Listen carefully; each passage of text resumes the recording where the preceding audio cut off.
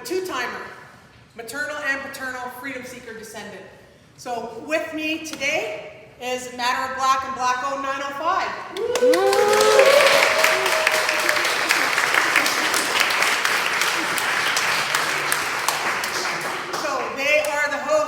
Organizers of Emancipation Day STC. So, Natasha Bell, Erica Smith, and Jada Stainhouse, and they are all freedom seeker descendants.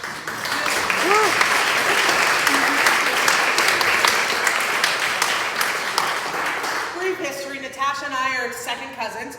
So our connection to this church is Reverend James Harper. He was the minister in charge for a period of time when Harriet Tubman was here at the church. And also we're descendants of Stepney Street, who was a member of Zion Baptist Church. So Stepney Street arrived in 1830, first Fort Erie, then to St. Catharines, member of Zion Baptist Church, moved out to Canfield. Reverend James Harper was here in 1837, and he put down roots here with his family, and then he went on to be a signing authority of the BME Church when we went from African Methodist Episcopal to British Methodist Episcopal. Erica and Jada are descendants of Adam Nicholson, who escaped from enslavement in Virginia in 1854. He arrived in April. And they're also descendants of William and Mary Hutchinson, who were members of Harriet Tubman's Fugitive Aid Society. So they actually escaped from Maryland in the 1850s.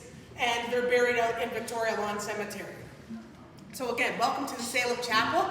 And it sounds crazy, but we are descendants of African American freedom seekers, and we're extremely proud of that history.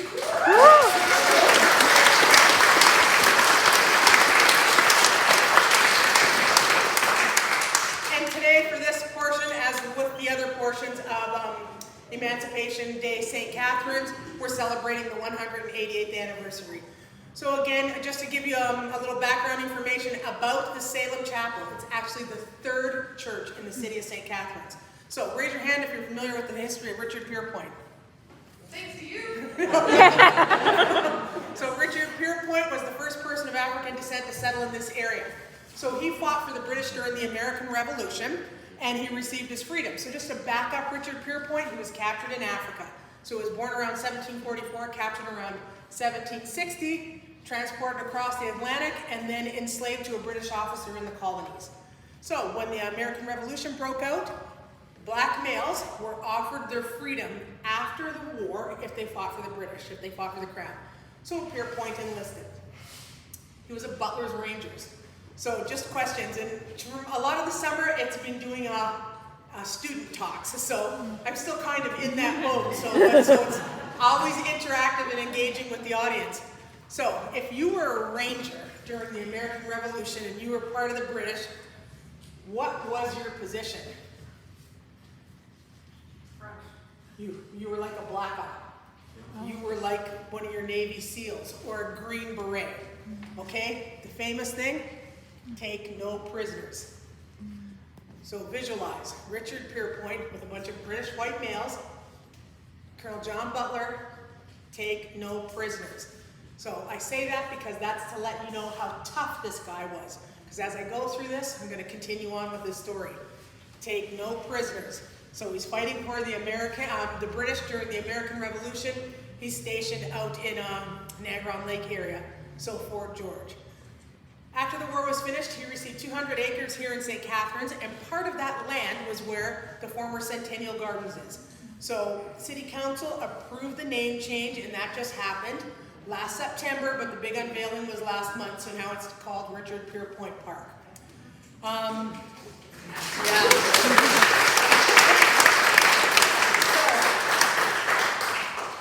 With that, that's where people of African descent first began to settle. Why? We're going to back it up. 1793, another individual who fought during the American Revolution on the British side, his name was John Graves Simcoe. After the war was over, he returned to England, a white male who was a staunch abolitionist, and he became a member of Parliament. And then they decided, you know what? We are going to give you a post, if you will accept it. And you'll become the first Lieutenant Governor in Upper Canada. And Simcoe, of course, said yes. So he arrives. Those that knew him, when they were fighting the Americans, understood that he wanted to eliminate slavery so people, started to sell off their human property.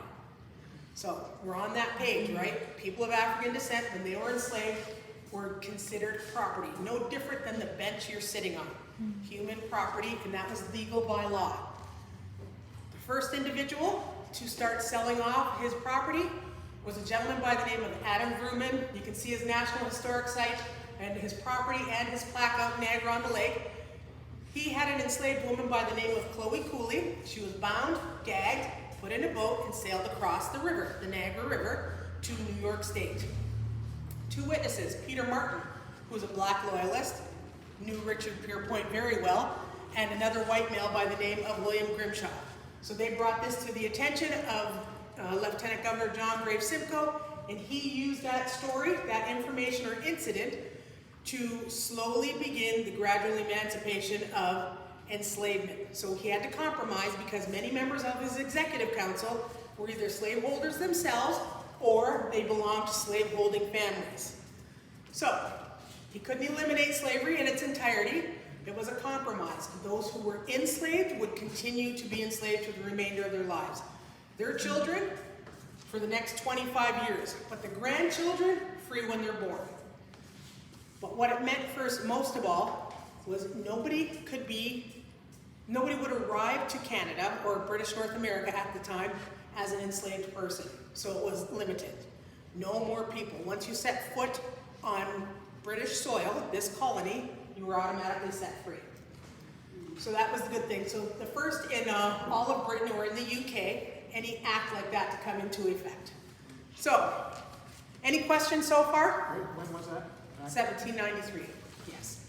So, it began in March and it was completed in July. But in February of 1793, in the United States, that's when they first introduced their first Fugitive Slave Act.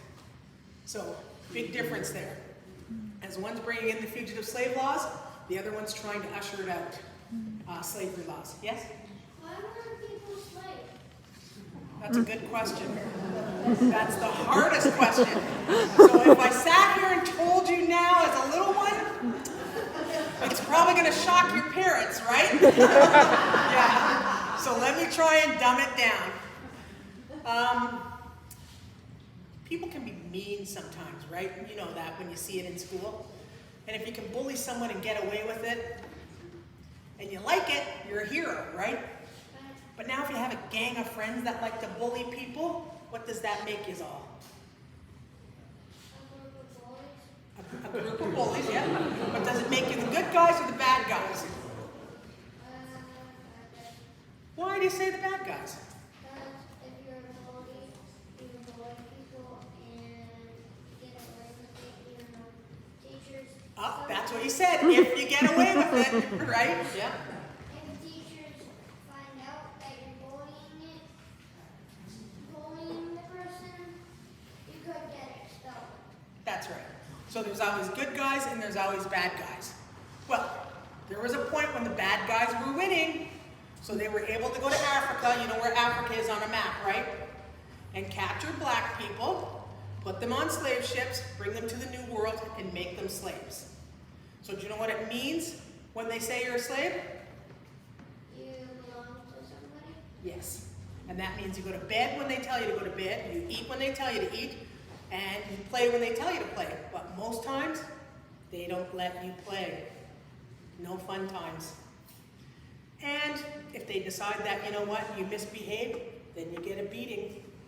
But maybe you got a beating 5 times a day, maybe more. Yeah. So that's why. But then there's the good guys, right? Some of the good guys don't like that. So with the bullies, bad guys, good guys, they'll come along and say, like the teachers, you can't bully no more. And that's how it eventually ended. Yeah. Yep. Pretty good, right? So, while we're on that page, right? Thank you. So, with that, I just want to introduce 2 counselors, because we have visitors here. Laura Ip, who's a regional counselor. She's running again. And then we have Matt Cisco in the back. Please stand up, Matt. Regional counselor, but he's also running for mayor of St. St. Catherine's.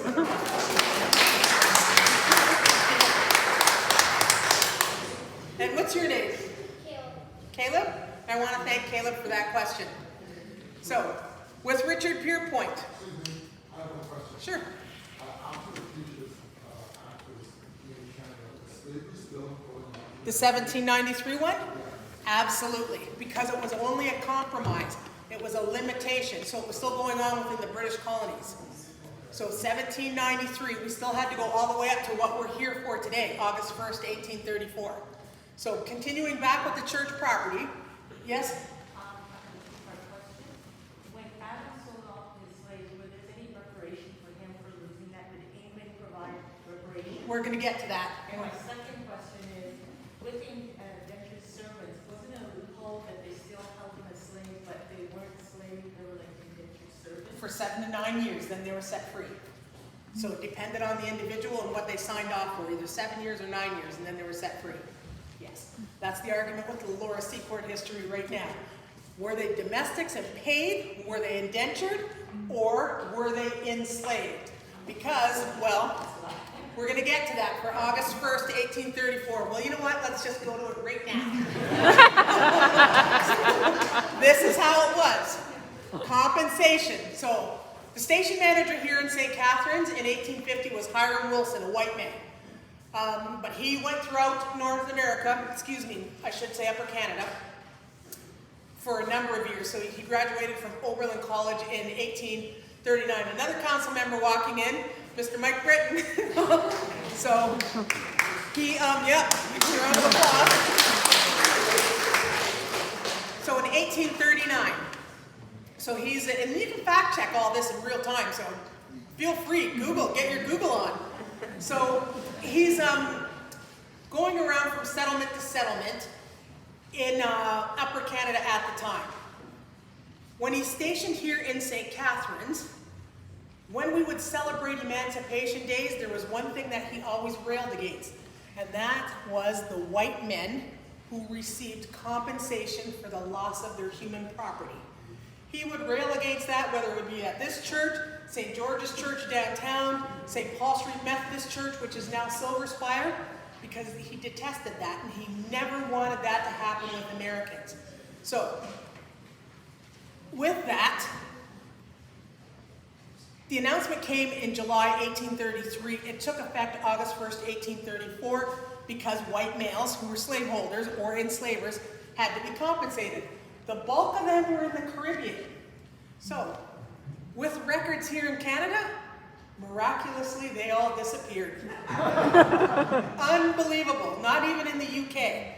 And I've argued this many times and people think, what the heck? Now figure this out. It's the War of 1812, okay? You have white men here with indigenous men and black males who became known as the Color Corps defending this country. So we're not annexed and we're not invaded by Americans. Okay? You're going to tell me that those men that defended this country and those men in the Caribbean are not going to be compensated for the loss of their human property? Yeah, I'm not going for it. And guess what? If there's records, it's only in the UK. It's not here. Because it just doesn't make sense. Because who was loyal to the crown? Who was loyal to the crown? And these guys got nothing. So, with the research of a particular individual, her name is Natasha Henry. It started off with, by the time, 1834, for a number of years, well, for decades, only 50 people of African descent were enslaved. Now with research, and Niagara had the highest concentration. Throughout Upper Canada, it's getting close to 700.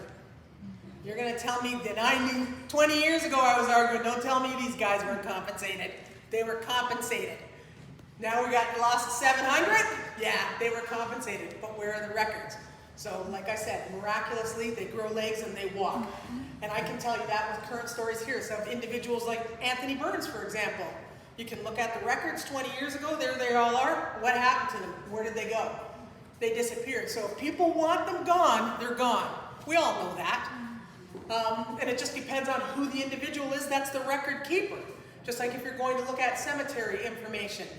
It depends. Did the guy come in a good mood today, or was he drunk?